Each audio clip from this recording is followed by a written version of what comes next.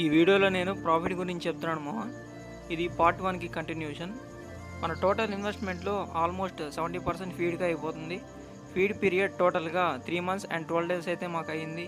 ఈ టైంలో around 15 tons feed అయితే యూజ్ చేసాం. వచ్చిన మెటీరియల్తో కంపేర్ చేస్తే ఫీడ్ కాస్ట్ చాలా ఎక్కువైంది.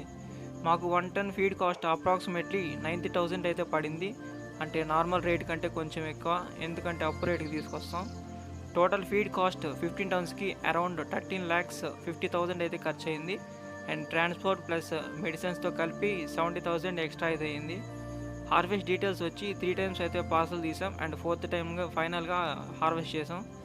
ఫస్ట్ పార్సల్లో 150 కౌంట్లో 1 ton అండ్ రేట్ వచ్చి 170 per kgతో అమౌంట్ 1,70,000 అయితే వచ్చింది.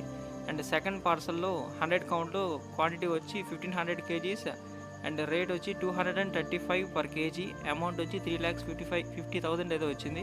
అండ్ థర్డ్ పార్సల్స్లో 70 count quantity 1.1 ton and rate వచ్చి 310 per kg, అమౌంట్ వచ్చి 340,000 అయితే వచ్చింది. అండ్ ఫైనల్ హార్వెస్ట్లో 61.5 count and quantity 4.8 tons and rate వచ్చి 325 per kg, అమౌంట్ 16,90,000 అయితే వచ్చింది. అండ్ నెక్స్ట్ వీడియోలో టోటల్ ఎక్స్పెన్సెస్ ఫైనల్ ప్రాఫిట్ చెప్తాను మామ. మీకు పార్ట్ 3 కావాలంటే పార్ట్ 3 అని కామెంట్ చేయండి మామ.